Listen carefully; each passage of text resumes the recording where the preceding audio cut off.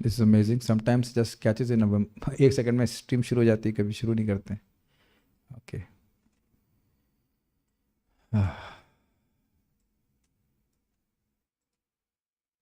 आज दिन कौन सा है? अध्याय 5 चल रहा है, अध्याय 4 चल रहा है। अध्याय 5 की अभी तो डिस्क्रिप्शन में अध्याय 5 ही चल रहा है, डालते यार है।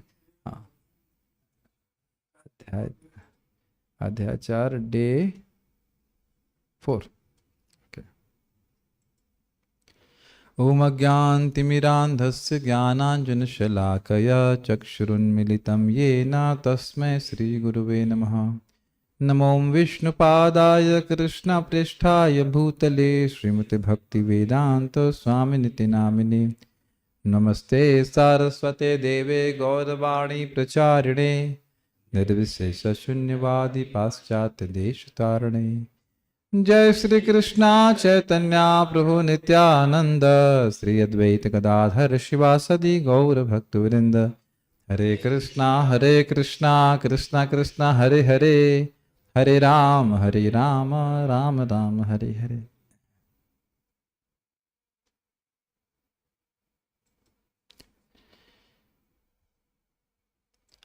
हम लोग कृष्ण भावनामृत एक अनुपम उपहार पुस्तक से पढ़ रहे हैं। अध्याय 4 है और तपस्या या आत्मनिग्रह का अभ्यास, और ये चौथा दिन है।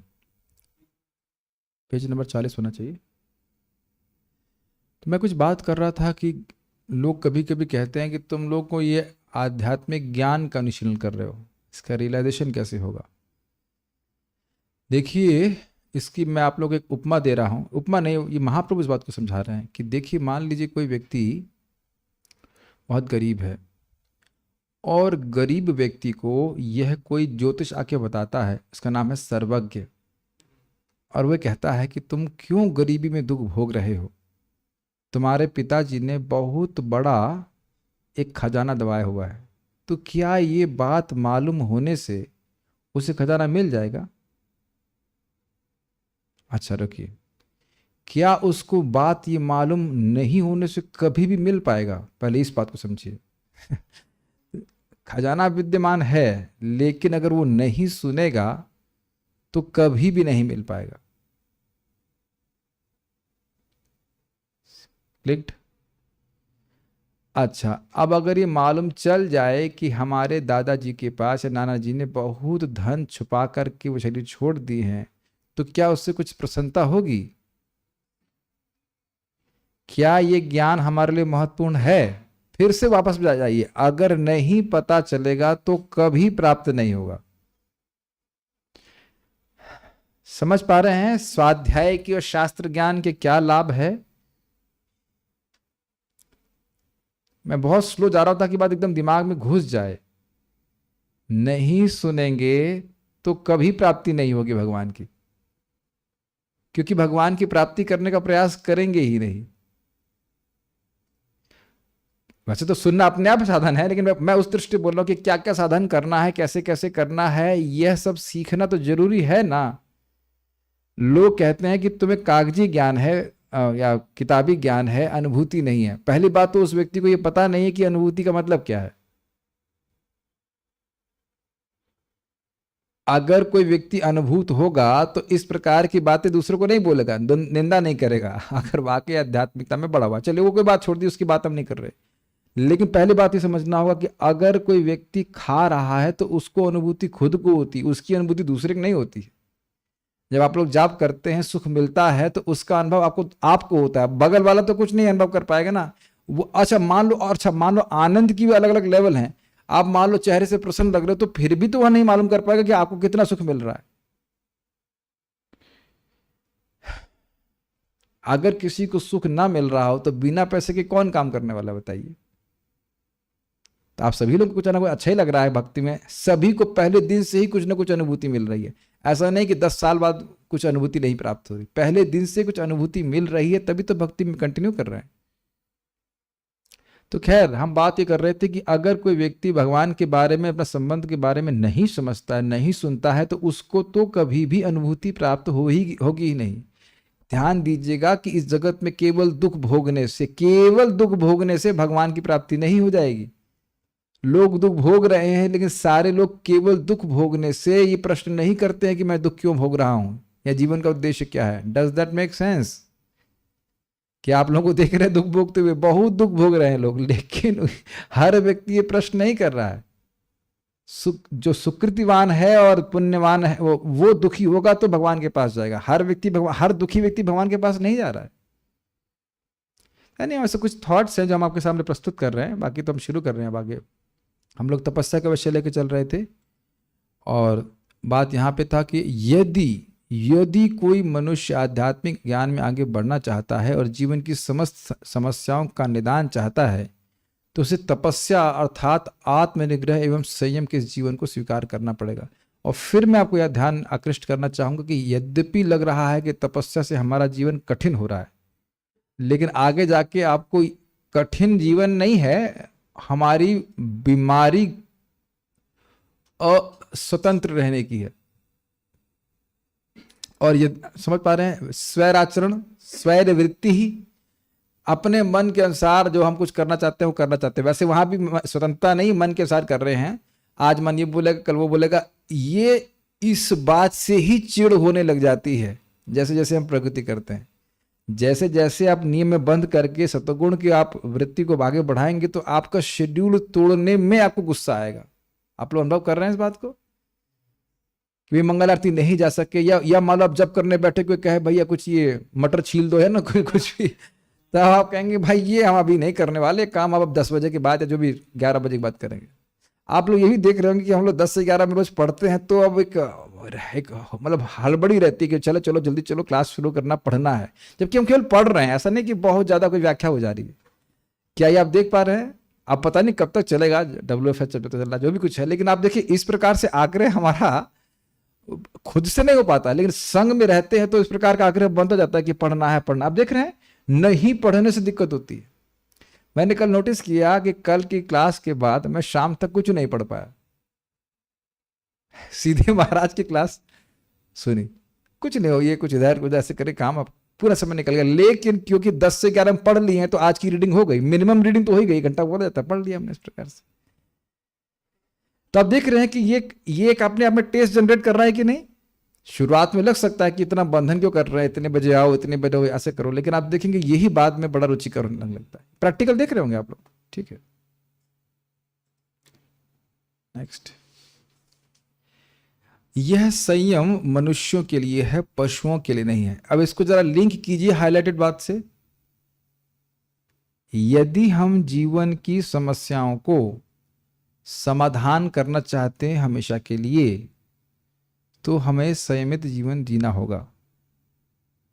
कोई लिंक कर पा रहा है इस लाइन को जो प्रभुपाद बोल रहे हैं पिछली लाइन से?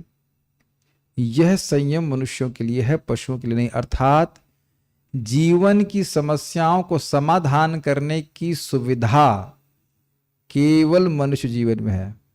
अब समझ में आ रहा है कि दिव्य तपस्या करना एक प्रिविलेज है। हम बैठ के माला जाप कर पा रहे हैं, भगवान के बारे में सुन पा रहे हैं, यह एक विशेष सुविधा है। सीन थोड़ा और गंभीर है। इस डार्क यूनिवर्स में, इस काले अंधकारमय ब्रह्मांड में जीवात्मा इधर से उधर विभिन्न योनि में भटक रही हैं, अब जीवन के उद्देश्य के संबंध में अत्यधिक अंधकार में रहते हुए। मैं होल्ड कर रहा हूं, सब कुछ दिखने लग जाए तो आगे बढ़ेंगे। क्या सब लोग ये देख पा रहे हैं? This came very strongly to me yesterday night, very strongly. Like मैं काफी देर तक सोने का प्रयास कर रहा था, लेकिन मैं सो नहीं पा रहा था। बार बार ये बात एकदम से हमारे प्रकट कर रहे थे कि कैसे ये अंधकारमय जगत है। इसको बंद कर दीजिए। अंधकारमय जगत में जीवात्मा भटक रही है। Is everyone able to see that? पता नहीं, दिस इज वेरी स्ट्रांग। इस योनि से दूसरी योनि में, दूसरी योनि से योनि में, इधर भटक रहे उधर भटक रहे, वही काम कर रहे, आहार निद्रा भय मैथुन, आहार निद्रा भय मैथुन, without knowing the purpose of life at all. जीवन के उद्देश्य के प्राप्ति या उसके प्रति प्रयास को छोड़ दीजिए, कैसे संयम करना है इसका संपर्क भी प्राप्त नहीं हो रहा। ध्यान दीजिएगा, संयम करने की बात छोड़ दीजिए, क्या संयम करें और कैसे संयम करें कि भगवान की प्राप्ति हो जाए, यह भी नहीं पता चल रहा है। ध्यान दीजिएगा कि गुफा में जाकर के बैठ जाने से भगवान की प्राप्ति नहीं होती है। हैं बहुत से सही इस प्रकार के संयमी लोग, प्राय तो सब भोगी हैं, लेकिन जो संयम कर रहे हैं उससे भी भगवान की प्राप्ति नहीं होती है। बहुत लोग बहुत बहुत व्रत करते हैं, देखा है, इस दिन नमक नहीं खाएंगे, चीनी नहीं खाएंगे, ये नहीं खाएंगे, वो नहीं खाएंगे, लेकिन इससे भगवान की प्राप्ति नहीं होती है। संयम करने की क्षमता है, लेकिन संयम नहीं, ये नहीं जान रहे हैं कि क्या संयम करने से भगवान की समस्या का समाधान होगा। कुछ रियलिटी समझ में आ रही है? इंसान के ही जीवन में ये सामर्थ्य है कि हम संयम कर सकें, क्लियर। और उसमें भी ये मालूम होना कि क्या संयम करें, कैसे संयम करें कि भगवान की प्राप्ति हो, समस्या का समाधान हो जाए, ये किसी को नहीं पता। आपको नहीं लग रहा कि बहुत से लोग हमसे भी अधिक डिसिप्लिन जीवन जीते हैं वो अपनी बॉडी को फिट रखने के लिए, लेकिन क्या उससे क्या दुनिया की समस्या समाधान, मतलब जीवन की समस्या का समाधान हो जाएगा? विचार कीजिए। तो इस संयम की भी विशेष सुविधा है कि मतलब विशेषता ये है कि इंद्रियों को भगवान की सेवा में लगाएगा, उस संयम से व्यक्ति मुक्त होगा। कुछ भी संयम करने से नहीं होगा। आपको नहीं लगता ये लोग जिम जाते हैं, लोग जो बॉडी बिल्डिंग करते हैं, उनको भी एक प्रकार का संयम रखना पड़ता है, ये खाएंगे ये नहीं खाएंगे, या जो मॉडल वगैरह होते हैं वो लोग अपने को फिट रखने के लिए कितना संयम रखते हैं, लेकिन क्या उससे समस्या समाधान होने वाली है? नहीं होने वाली है। दिस इज वेरी प्रोफाउंड अगर विचार करें। हमें नित्य ही, और एक और बात आप फिर से उस पर विचार कीजिए कि आजकल के समाज में आपने इन्वर्टर को बंद किया हुआ है, बहुत जिसने भी किया है, अब अगली जल्दी से उठ के ऑन कीजिए उसको, सोचिए मत।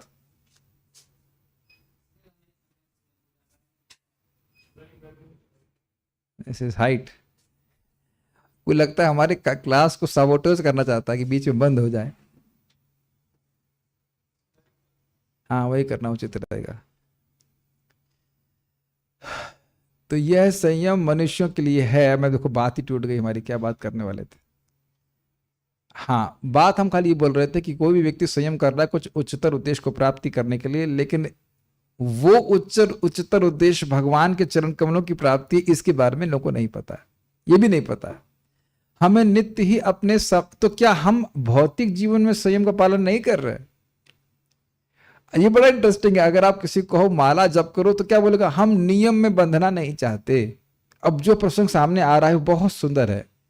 आप उनको बोलेंगे या उनको बताएंगे कि ये आपका डबल स्टैंडर्ड है।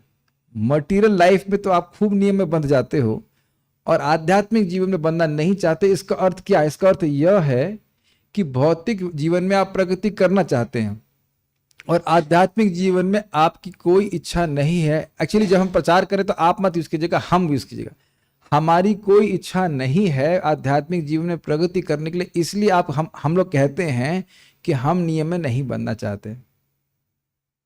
समझ में आ गया? लेकिन ऐसा नहीं कह सकते कि हम नियम में बंद नहीं रहे।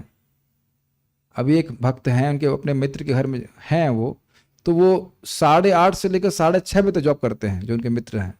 तो क्या नियम में नहीं बंधे हैं? कह देंगे मैं आराम में, जब मेरी इच्छा होगी तब मैं आ जाता हूं ऑफिस में और जब चाहेंगे चला जाऊंगा और सैलरी उतरी लूंगा पूरा नियम से। ऐसा हो सकता है? नहीं हो सकता है। तो ये बात लोगों को समझाना चाहिए कि आप अपने भौतिक लाभ के लिए नियम पालन कर रहे हो, लेकिन विचार कीजिए कि क्या यह भौतिक लाभ मृत्यु के समय काम आने वाला है?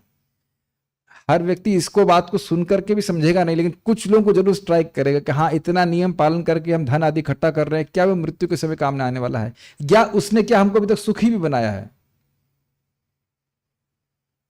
ओके, तो शायद उनके मन में कौन जाए कुछ आध्यात्मिक गोल को प्राप्त करने के लिए। हमें नित्य ही अपने सामान्य व्यवहारों में प्रतिबंधों से पाला पड़ता है। हम कानून भंग किए बिना बाएं से कार नहीं चला सकते। अमेरिका में कारें दाईं ओर चलाई जाती हैं या लाल बत्ती को पार नहीं कर सकते, किंतु यदि कुत्ता सड़क की बाईं ओर चलता है या लाल बत्ती होने पर भी सड़क लांघ जाता है तो उसे दंड नहीं दिया जाता, क्योंकि वह पशु है। अतएव कानून मनुष्यों तथा पशुओं में अंतर करता है, क्योंकि यह मानी हुई बात है कि मनुष्यों में उन्नत चेतना है। यदि हम विधि विधानों का पालन न करें तो पुनः पशुता को प्राप्त करते हैं। स्पष्ट है कि स्वतंत्रता का गुण गा गा कर नियंत्रित जीवन के विरोध में विज्ञापन किया जा रहा है, लेकिन जो मनुष्य वस्तुओं को यथारूप में देखते हैं वे जान सकते हैं कि समस्त प्रकार के प्रतिबंधों से स्वतंत्रता का अर्थ पशु जीवन है। अतएव सुखदेव गोस्वामी तपस्या की संस्तुति करते हैं। यदि हम जीवन की समस्याओं से वास्तविक स्वतंत्रता चाहते हैं तो हमें तपस्या का जीवन अपनाना चाहिए। भौतिक जीवन में बंधन इसका एकमात्र विकल्प है। इस तो बहुत सुंदर तात्पर्य है। आप जानते हैं क्या है ये? भक्ति वृक्ष चैप्टर 1 अगर पढ़ाए हैं और पढ़े हैं तो सब जान रहे हैं, प्रभुपाद जी बात बोल रहे हैं। बहुत सुंदर बात है। देखिए जरा विचार कीजिए कि इस जगत में लोग समस्या का अनुभव तो कर रहे हैं और उस समस्या का समाधान करने के लिए वह कुछ नियम भी पालन कर रहे हैं। Do you agree? एक समस्या मान लीजिए नौकरी नहीं है तो उसके लिए तैयारी कर रहा है, तपस्या कर रहा है। जो भी आपने देखा होगा वो एनडीए के एग्जाम के लिए ना, क्या एनडीए बोलते हैं, है ना, उसके लिए कितना लड़के लोग दौड़ते हैं, पुशअप्स लगाते हैं इत्यादि इत्यादि। तो उनके मन में भी एक समस्या क्या आ रही है? नौकरी प्राप्त करने।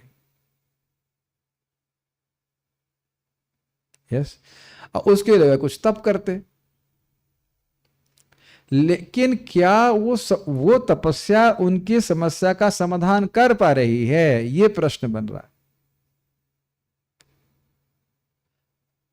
केवल नौकरी ना मिलना यह बहुत बड़ी समस्या नहीं है। समस्या इस बात का है कि दोबारा व्यक्ति को जन्म लेना पड़ेगा। जिन लोगों को नौकरी मिल गई है, क्या वो जन्म नहीं लेंगे? क्या वो मृत्यु से ग्रसित नहीं होंगे? क्या वो डिप्रेस नहीं होते हैं? डिप्रेस तो केवल वही लोग होते हैं ना जिनको नौकरी नहीं मिली है। कभी बहुत से भौतिक रूप से सफल लोग भी डिप्रेस होते हैं, सुना है ना, ये तो देखा गया, दृष्ट है। तो समस्याएं कहां समाप्त हो रही हैं?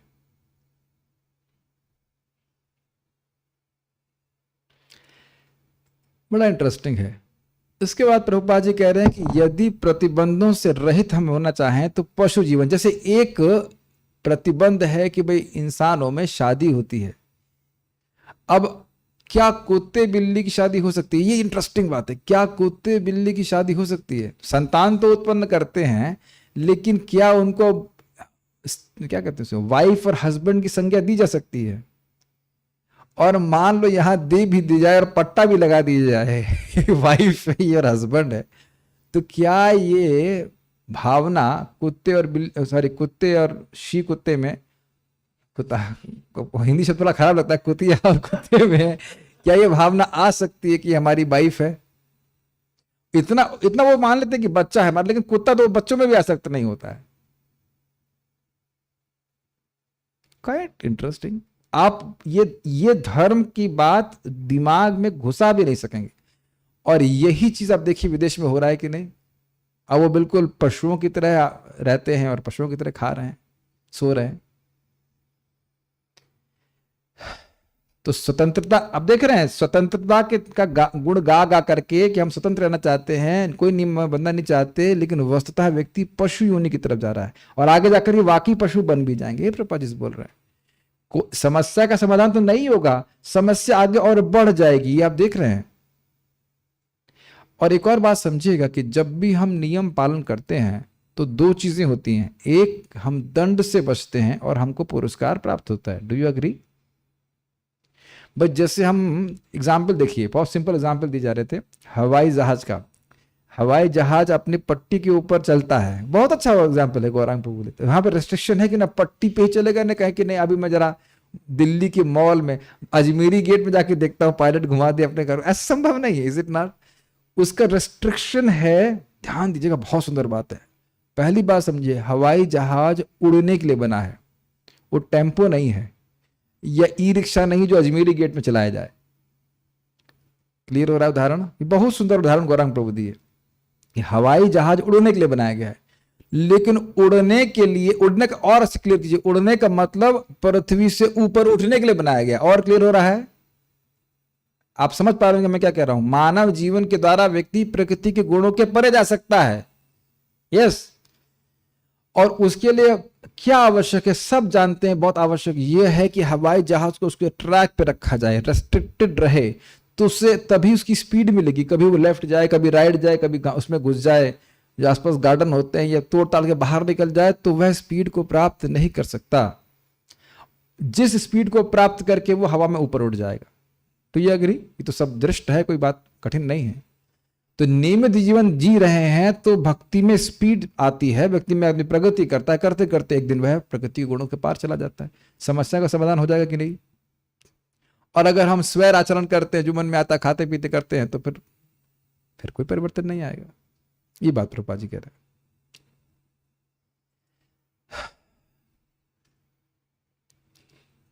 लास्ट लाइन देखिए आपने,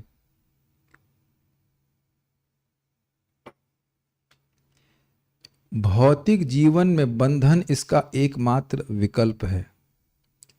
एकमात्र विकल्प है। दो ही जीवन है, मुक्त जीवन या उन्मुक्त जीवन। समझ आ गया? अच्छे तरह से बात बोली जा रही है शायद।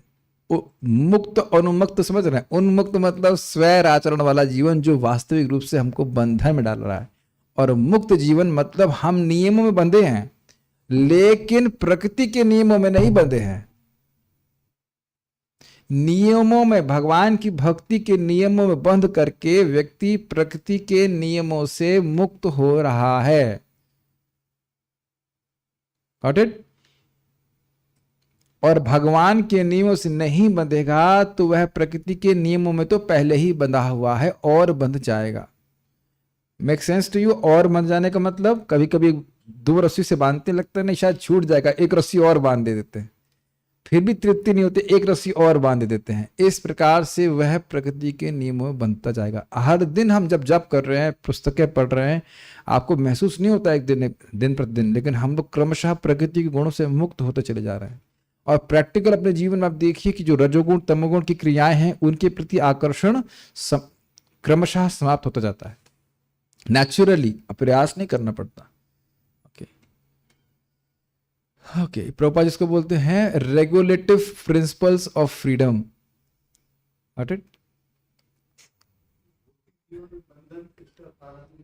कारण नहीं, विकल्प।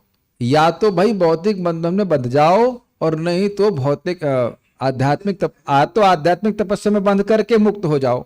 आध्यात्मिक तपस्या बंधन है कि नहीं? 4:30 बजे से पहले मंगल आरती पहुंचना है, इसका एकमात्र विकल्प है। अगर आध्यात्मिक तपस्या नहीं करते हैं तो वही विकल्प है कि दोबारा भौतिक जगत में बंध जाइए। ये बोल रहे हैं, दो ही ऑप्शन है।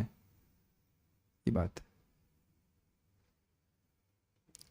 तो लोग एक दोहरा मानदंड रखते हैं भौतिक जगत में, वह भौतिक नियमों का पालन करने के लिए बहुत उत्सुक रहते हैं। हम एक भाग का मजाक जरूर बनाएंगे। अब तो वो खैर सुधर गए। हाँ है, दिख रहे हैं क्या? गायब हो गए। हाँ है, दिख रहे हैं।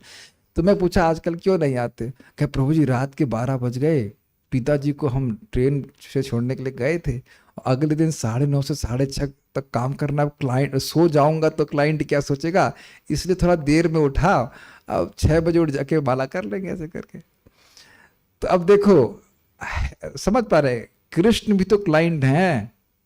मंगल आरती छोड़ देंगे तो कृष्ण कहाँ जा रहे? कृष्ण तो अनादिकाल से है हमारे साथ। ये क्लाइंट तो हमेशा ना मिलता है। आप मेरी बात समझ रहे? फिर मैंने उनको प्रेम से समझाया कि देखिए जो भी है इस जगह, लेकिन उसका पॉजिटिव एग्जाम्पल, फिर अब तो खैर अच्छे साधना कर रहा है, कोई दिक्कत। It just takes a lot of time to understand कि कृष्ण हमको पहली बार क्लाइंट के रूप में मिले हैं। बुरा मत मानेगा, इट टेक्स, मैं सबके मतलब इसमें मैंने बहुत क्या कहते हैं पेशेंट हूँ। It takes a lot of time की, और जो क्लाइंट है वो हमको दे ही क्या सकेंगे बताइए? इस जगत में किसी मनुष्य को आपने सुखी कर दिया, वो क्या दे सकेगा? बस केवल धन के अलावा। आप कहो कि प्रेम दो तो वह भी नहीं दे पाएगा। मुक्ति की तो बात छोड़ दीजिए, प्रेम भी तो नहीं करेगा ना बॉस। अगर आप कहो कि सैलरी आपने मुझे 50,000 रुपये दी है, मैं आपको 10,000 वापस करता, कुछ प्रेम दीजिए, तो प्रेम नहीं दे सकेगा। और कृष्ण तो प्रेम के अलावा क्या देते हैं बताइए? प्रेम से भरे हुए हैं। ये विचार करना चाहिए। हमेशा हर व्यक्ति को अपने आध्यात्मिक कार्य कर्तव्यों को भौतिक कर्तव्यों से ऊपर ही रखना चाहिए। ये बुद्धिमानी है। ये मैं नहीं बोल रहा हूं, नारद जी बोले तस्यैव हेतो प्रयते तको विधान लभते यद भ्रमताम पर्यतः।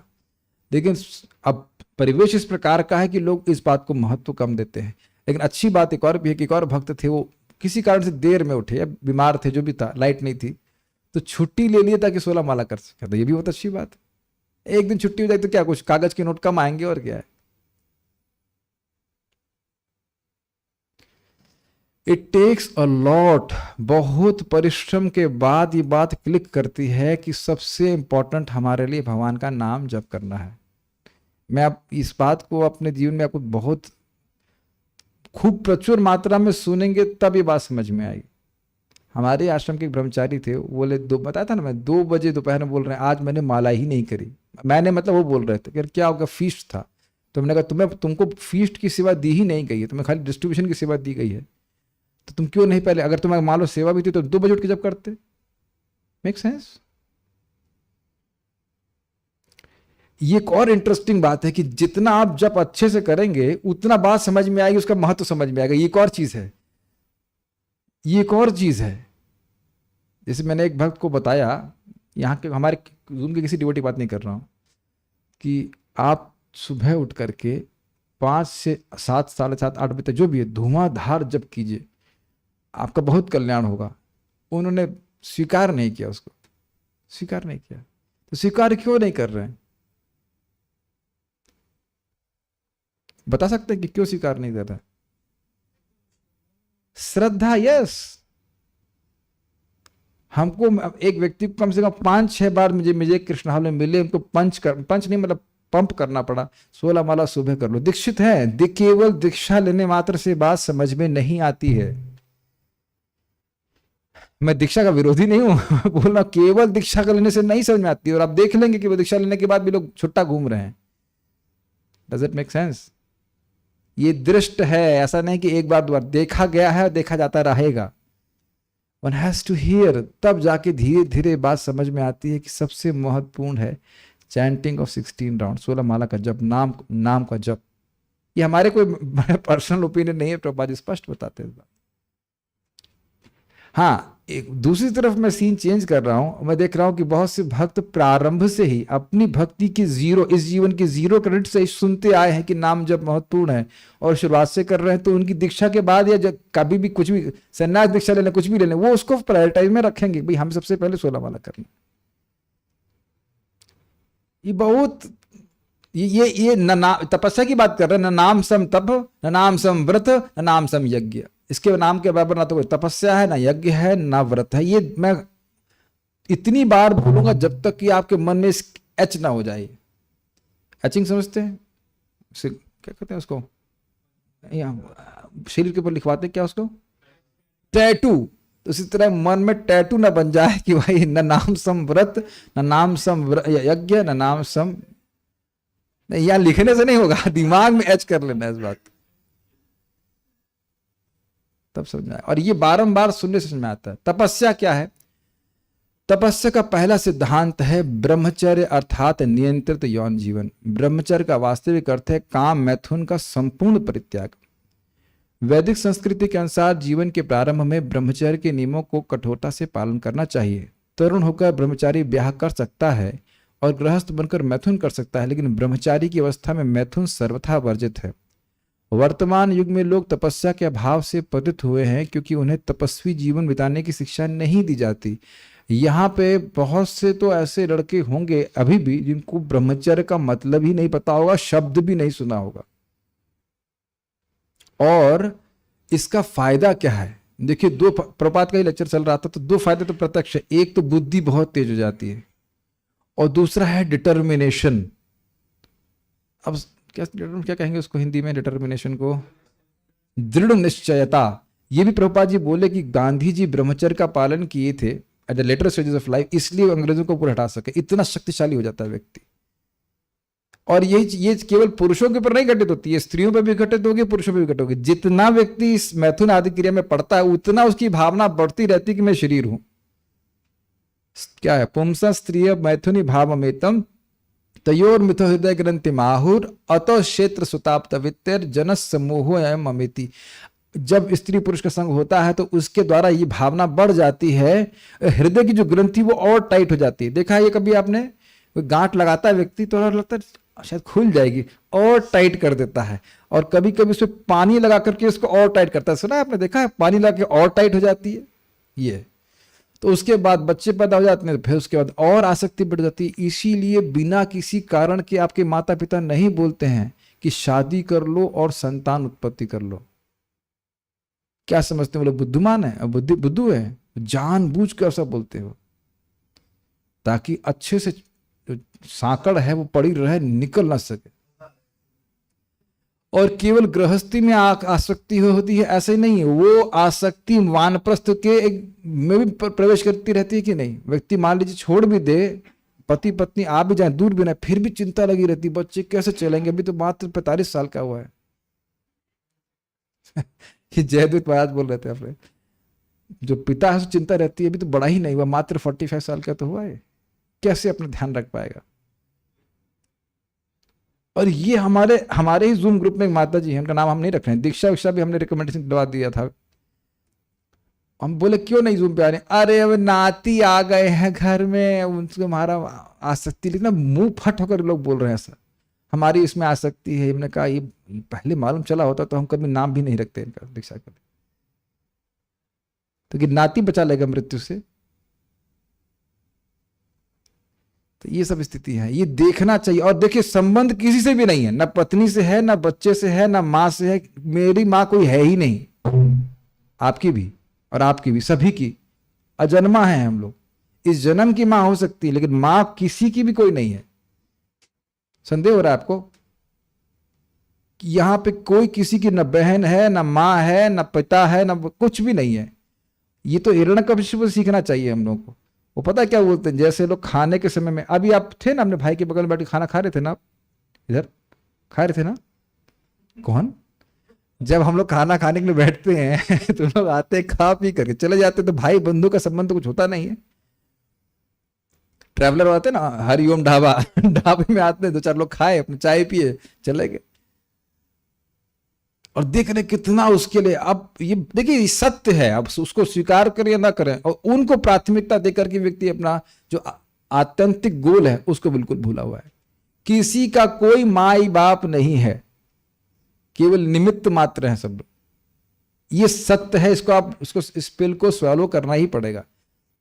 कोई नहीं है किसी का यहाँ पे, भौतिक रूप से तो कुछ भी नहीं है। जो है तो बस वैष्णव हैं, भक्त हैं, वही हमारी मदद कर रहे हैं, क्योंकि वो हमें भगवान की तरफ लेके जा रहे हैं। बाकी कोई जो भी संबंध है वो सब झूठ है, मिथ्या है।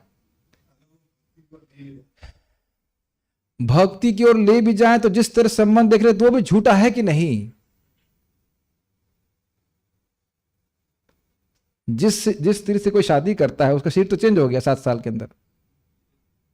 जिसे शादी की तो अब नहीं रही, उसका तो देहांत हो गया। देख रहे हैं कि आप उसको, आप सिद्धांत भी नहीं स्वीकार कर पा रहे हैं। जो ये संबंध है, ये तथा कहते खून का संबंध, तो हमारे खून से क्या संबंध है, पहले ये बताइए। ये बात अच्छी आ रही है। हमारा अपने ही शरीर से कोई संबंध नहीं है, तो शरीर के संबंधों से हमारा क्या संबंध हो जाएगा, जरा बताइए। कोई काट दे इस बात को। फिर हमने क्या सुना कि we are not the body, और maybe we are somewhat the body and little bit not the body. ऐसा कुछ है क्या कि हम कुछ मात्रा में शरीर हैं और कुछ मात्रा में नहीं है? कितनी मात्रा में हम लोग शरीर हैं? अमोघ दीर्घ से कुछ प्रकाश डालेंगे, ये हमारी हेल्प करेंगे। अमोघ दीर्घ मतलब जिसकी दृष्टि अमोघ है, तो अमोघ दीर्घ बताएंगे कि कितनी मात्रा में आत्मा शरीर है। कुछ आप उसमें ऑडिटिंग करिए, कुछ नहीं, 1% भी शरीर नहीं है। तो जब हम 1% भी शरीर नहीं है, तो अब उस शरीर के संबंधों से कैसे संबंध, और दूसरा व्यक्ति भी शरीर नहीं है। एटलीस्ट अपनी बीमारी तो स्वीकार करनी चाहिए कि हम लोग बीमारी अज्ञान में पड़े हुए। धनंजय प्रभु कह रहे हैं कि 100% हम लोग शरीर नहीं है। Yes, you are correct, you are correct, ठीक है। तो ये आप आजकल ये सब बातें बड़ी अजीब सी लगती है, लेकिन मैं फिर बात आपको ध्यान आकृष्ट करूंगा। 20 साल ब्रह्मचर्य का कोई पालन करेगा, और वो 1 दिन 2 दिन नहीं, वो 20 साल सुन रहा है वैराग्य के बारे में, जगत के स्वरूप के बारे में। माता पिता पैदा होते बता देते हैं ना कि देखो बेटा, ये जगत दुख का घर है, 4 नियमों का पालन करना है, 16 माला का जप करना है, इसीलिए तुम्हें भगवान ने हमारे पे जन्म दिया है कि नहीं। उल्टा ये हो रहा है, हम देख रहे हैं कि भक्तों के ही बच्चों भागवत में नहीं आते बहुत बार। तो उसको क्या क्या पढ़ने के लिए भेज देंगे। एक बार एक भक्त बोल भी रहे थे, एक लड़के को, अपने बच्चे को बोले, तू स्कूल क्यों नहीं जा रहा है? फिर खुद बोले अरे मैं तो हिरण्यकशिपु की तरह कार्य कर रहा हूँ। हिरण्यकशिपु अब प्रहलाद महाराज को शरण मर के स्कूल में भेजते थे, तो कहते मैं उसमें भक्त हूँ कि हिरण्यकशिपु हूँ, खुद ही वो विचार करने लगे। ये सब स्थिति है। बहुत लोग, आप बता रहा हूं, मेरे को मुंह पे बोला गया है इस प्रकार से कि भाई जब तक हम ये इंद्रिय तृप्ति नहीं करेंगे तो जीवन में सुख क्या है। हर चीज विचार करनी है। अभी परसों कल की बात होगी, शायद परसों की बात होगी, वो 3 ड्रम खून निकाल रहे थे मेरा। ड्रम बोलते क्या बोलते हैं वो, ड्रम नहीं होता है, क्या होता है उसको, सीरिंज, सॉरी ड्रम नहीं, हाँ मतलब मैं सीरिंज वाला ड्रम क्या कर रहा हूँ। ये 3 ड्रम निकालते थे, बचता कैसे, 3 सीरिंज खून निकाल रहे थे। तब मैं सोच रहा था कि ये कितना खून निकाल रहा है, और देखिए वीर का आदमी नुकसान करता रहता है, उससे कितना खून उसका नष्ट हो रहा है, कुछ उसको मतलब नहीं लग रहा, मैं एंजॉय कर रहा हूँ। बताइए अगर मेरा वो खून निकाल रहा है और मैं सोचने लग जाऊं कि आई एम एंजॉइंग, तो उसे पागल कहा जाएगा कि नहीं। और मैं रोज उसको पैसे दूं, 1400 रुपये लगते हैं, कि 14, आओ भैया 1400 रुपये मेरे को सुई लगा करके मेरा खून निकालते रहो। और ये मुंह पे बोला गया कि हमको ये बात समझ में नहीं आती, आध्यात्मिक बात समझ में क्यों नहीं आती। यही तो बात है, बुद्धि कमजोर, शरीर कमजोर, संकल्प कमजोर, इसका पालन नहीं करते हैं लोग, और इस पर कोई चर्चा भी नहीं करना चाहते। वर्तमान लोग में तपस्या में युग में लोग तपस्या के अभाव से पतित हुए हैं, क्योंकि उन्हें तपस्वी जीवन बिताने की शिक्षा नहीं दी जाती। तो देखा जाए तो लोगों की शिक्षा अगर प्रारंभ से इस प्रकार की हो तो उन्हें कठिनाई नहीं हो, लेकिन आप देख रहे हैं टीवी के माध्यम से और माध्यम से बारंबार ब्रह्मचर्य तोड़ने की शिक्षा दी जाती। और अद्भुत बात है कि पूरा परिवार देख रहा है, बहन भी है साथ में, भाई भी है, माँ भी है, पिता भी है, और सब कुछ अब नॉर्मल लगता है, इज वेरी अब नॉर्मल। केवल आलोचना से काम नहीं चलने वाला, मनुष्य को तपस्या का जीवन बिताने के लिए ठीक से प्रशिक्षित होना चाहिए। Why not practice little tapasya in this life? This is knowledge. If by practicing little tapasya restraint I can get relief from this repetition of birth and death, why shall I not do it? This is knowledge. बहुत अच्छी बात बोल रहे हैं, बहुत अच्छी बात प्रभुपाद जी कह रहे हैं। देखिए, अगर व्यक्ति अपनी समस्या की व्यापकता पे विचार करे, गंभीरता पे विचार करे, और देखे कि साधन बहुत छोटा सा है, बड़ा आसान है, तो क्यों नहीं स्वीकार करेगा। बहुत सुंदर कोट दिया गया प्रभुपाद जी का, ये ज्ञान है। क्या ज्ञान है? समस्या बहुत बड़ी है। आज मेरे को एक स्वप्न आया, बड़ा ही अजीब सा स्वप्न है, बहुत थोड़ा सा बेभत्स स्वप्न है, लेकिन मैं उसका वर्णन करूंगा। मैं एक स्वप्न देख रहा हूं कि मुझे एक बहुत छोटी सी गुफा, टनल होती है ना, टनल टाइप की, उसमें प्रवेश करने के लिए बात दिया जा रहा है। उसमें सब तरफ बड़े ही गंदी वस्तुएं चिपकी हुई हैं। आप समझ गए मैं क्या कह रहा हूं? समझ गए मेरी बात में क्या कह रहा हूं ना? Are you getting what I am trying to speak? And it was very horrible and very suffocating. बहुत ऐसे ना दम घुट रहा हो, एकदम अंधकार हो। और ये मैं आपको प्रीचिंग के लिए नहीं बोल रहा हूं, वाकई मैंने स्वप्न देखा था, पता नहीं वो स्वप्न क्यों आया, बहुत ही अनकंफर्टेबल लग रहा था मेरे को। और यही है दोबारा मां के गर्भ में बैठने का अनुभव, जहां इस जीवन की हमारी जो भी उपलब्धियां हैं वो सब दरकिनार कर दी जाएंगी। Are you able to understand? दरकिनार, सब कोई महत्व नहीं रहेगा, फिर से वही पुनः स्थिति में चले जाए। तो ये बहुत बड़ी समस्या है कि नहीं? और उसके लिए कितना आसान साधन है। हरे कृष्णा हरे कृष्णा,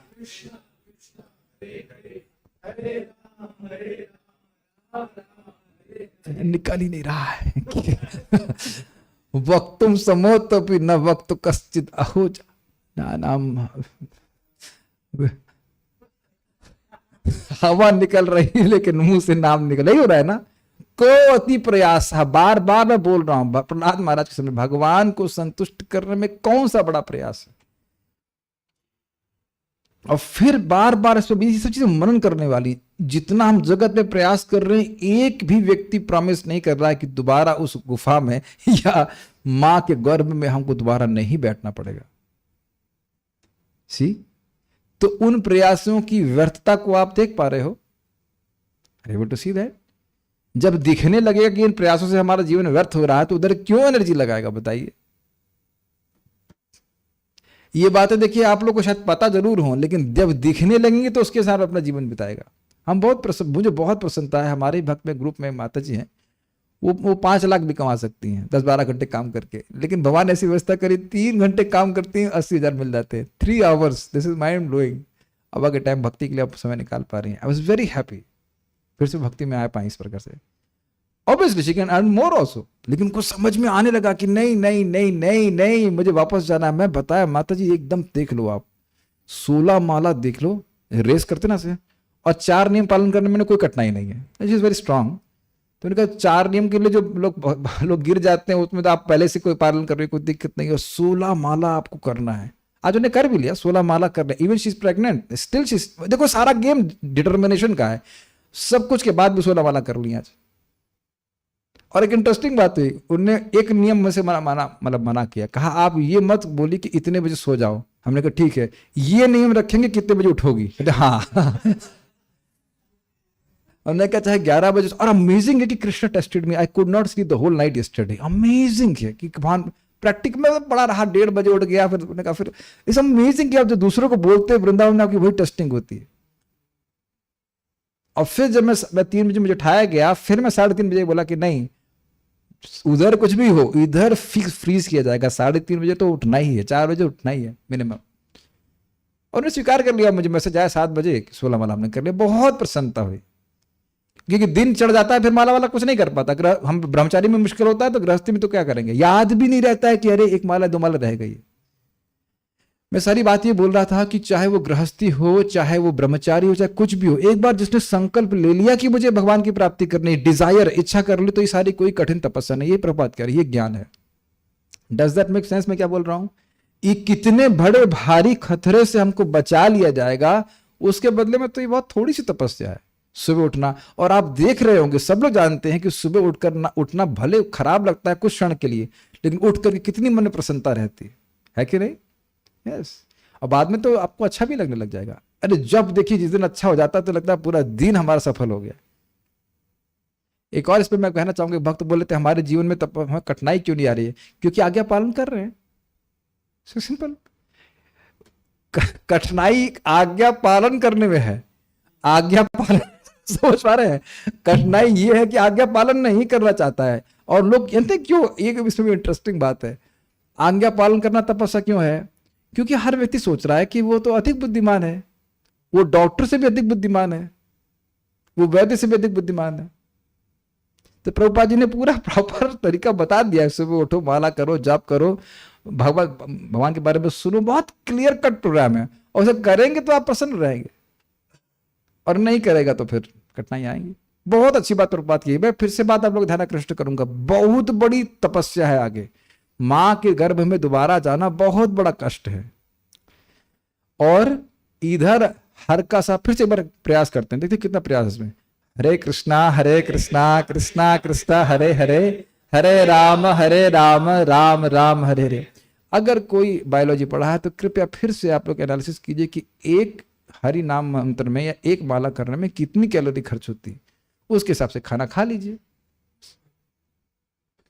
आप लोगों को मजाक लग रहा है, मैं मजाक में बोल रहा हूं, मैं देख रहा हूं आज भी बलराम हॉल में खूब प्रज्वल चल रहा था 5:30 से 7:30 के बीच में। तो इस संकल्प नहीं समझ रहा, ठीक है ब्रज में तो पार हो ही जाएंगे, लेकिन ये फिर भी ये संकल्प नहीं लोग का उठता, ये दिखता नहीं है। जो बात पर बात बोल रहे हैं, इट्स नॉट दैट इजी। आगे कितना बड़ा दुर्भाग्य का निर्माण हो सकता है। Very very important. Yes, Krishna Prem, yes. और ये बात मैं आप लोगों को प्रेरणा देने के लिए नहीं बोल रहा हूं, महाप्रभु स्वयं इस बात को बोले हैं। जो मैं आपको सर्वज्ञ वाला धारण दे रहा था तो उसको बोल के हम रुकते हैं। वो कहते हैं, वो ज्योतिष उस गरीब आदमी के पास जाता है और वो कहते हैं कि तुम्हारे पिताजी ने बहुत बड़ा खजाना रखा है। कहते हैं अच्छा तो कैसे प्राप्त करूं? तो कहते हैं एक मंदिर के बगल में जाओ तो देखो, तुम साउथ में खोदोगे तो वहां से एक जिन्न निकल जाएगा, तुम वेस्ट में खोदोगे, पश्चिम में खोदोगे तो वहां मधुमक्खियां हैं, और अगर तुम इधर कौन सी दिशा रह गई, नॉर्थ में खोदोगे तो वहां पे क्या है, एक सर्प है जो तुमको खा जाएगा। तो क्या क्या इसका अर्थ है? और अगर उत्तर पूर्व दिशा में थोड़ा सा खोदोगे तो तुम्हें खजाना मिल जाएगा। ये महाप्रभु का द्वारा बताई गई कहानी है। तो इसका अर्थ क्या है? तो जिन्न क्या है? सिद्धियां। जिन होता है ना, उसके सिद्धियां होती हैं। तो योग सिद्धि प्राप्त करने के चक्कर में पड़ गए, योगाभ्यास करने लगे, सिद्धि के चक्कर में पड़ गए, तो दूर जीवन के लक्ष्य से दूर चले जाओगे। और इधर बरैया का मतलब क्या, कर्मकांड के मार्ग में लग गए तो स्वर्ग प्राप्ति में प्रयास करोगे तो तुमसे कोई द्वेष करेगा, तुम द्वेष करोगे दूसरे काटोगे। और अगर सर्प के बारे में तो कहते हैं मायावाद के चक्कर में पड़ गए तो निर्विशेष ब्रह्म तुम्हारे से सर्प तुमको खा जाता है, अजगर वैसे तुम्हारे स्वरूप को ही खा जाएगा, ऐसे करके। लेकिन पूर्व दिशा का मतलब है भगवान की भक्ति करोगे, थोड़ा सा प्रयास करोगे, भगवान को प्राप्त हो जाओगे। देखो भगवान महाप्रभु की बात सुनिए ना, एक बार किसी ने कृष्ण बोला है और अन्यों की निंदा नहीं करता तो महाप्रभु कहते हैं उसके उद्धार का ठेका हम स्वयं ले लेते हैं। कितना शक्तिशाली है। थोड़ा सा संयम कर ले व्यक्ति, ज्यादा संयम करता ही बोला जा रहा है। मैं आज पे बहुत कुछ बोलने वाला था, मुझे एकदम से स्ट्राइक किया था ये बात। हाँ, देखा था हम लोग जब प्रश्नोत्तर कर रहे थे तो बार बार कोई माता जी पूछ रही थी फीस्ट खाएंगे तो क्या प्रेम नहीं मिलेगा। लेकिन महाप्रभु क्या कह रहे हैं, निरपराध नाम लैया पाबे प्रेम धन, बस इतना बोल रहे हैं।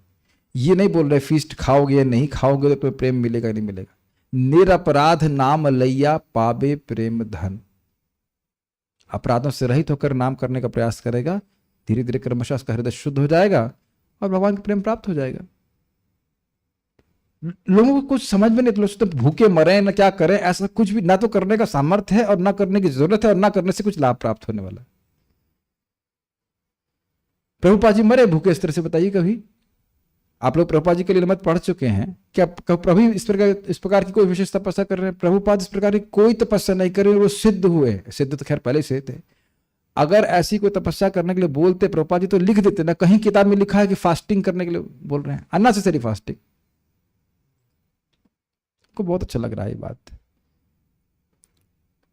ठीक है, आगे विषय थोड़ा परिवर्तित होगा कि जो तपस्या में लगे रहते हैं उन्हें क्या कहते हैं और जो नहीं करते हैं उनको क्या करते हैं। बड़ा सुंदर विषय, उसको हम कल लेना चाहेंगे। कोई प्रश्न किसी भक्त का है? Zero, I don't know what does the meaning of zero. ठीक है, will stop here. Thank you all for coming. Srila Prabhupada की जय। निताई गौर प्रेमानंदे।